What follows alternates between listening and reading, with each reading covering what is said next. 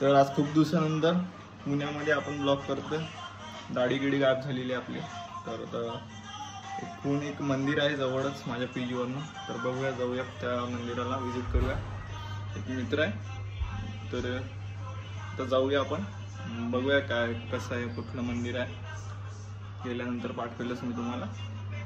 चला मिळते फिर.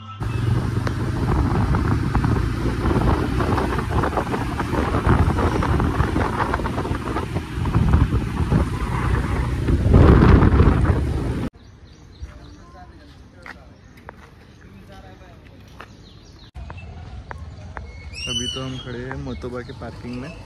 अभी यहाँ से ये टेयर से ऊपर जाएंगे और देखेंगे. गाड़ी पूरी ऊपर तक आती है पार्किंग से, फिर भी उतने स्टेप से चलना पड़ता है. ठीक है, चलिए चलते हैं. चल रहे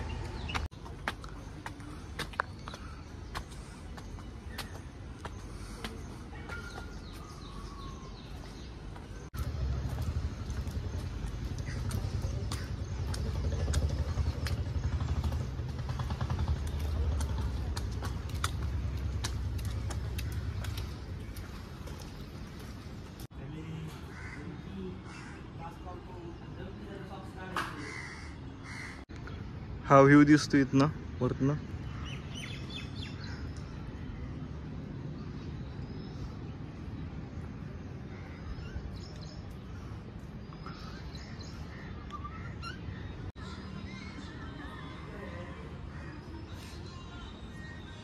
चल